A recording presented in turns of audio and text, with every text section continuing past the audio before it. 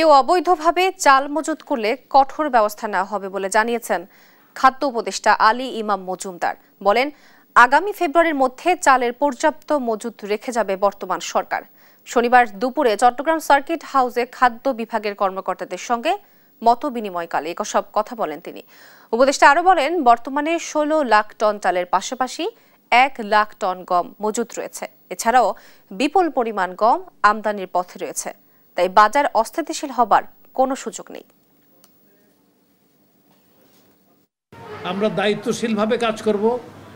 আমরা ওই যাওয়ার সময় যে পরিমাণ খাদ্য মজুদ থাকা উচিত, বছরে কোন সময় কতটুকু থাকা উচিত আছে, প্লাস মিনিমাম পরিমাণ সম্পর্কে একটা আছে, এর চেয়ে বেশি ছাড়া আল্লাহর রহমতে কম রেখে যাব না। ওইভাবে আমরা পরিকল্পনা সাজাচ্ছি। এখনও আমাদের প্রায় 16 লক্ষ টন চাল মজুদ আছে, গম মজুদ আছে 1 লাখ টনের মতো, প্লাস বাকি আরও আসছে। আমেরিকান 4টা জাহাজ আসছে সহসাই, রাশিয়া থেকে একটা জাহাজ এসেছে, আমেরিকা থেকে আরও গম কেনার জন্য আরও চুক্তি করা হচ্ছে।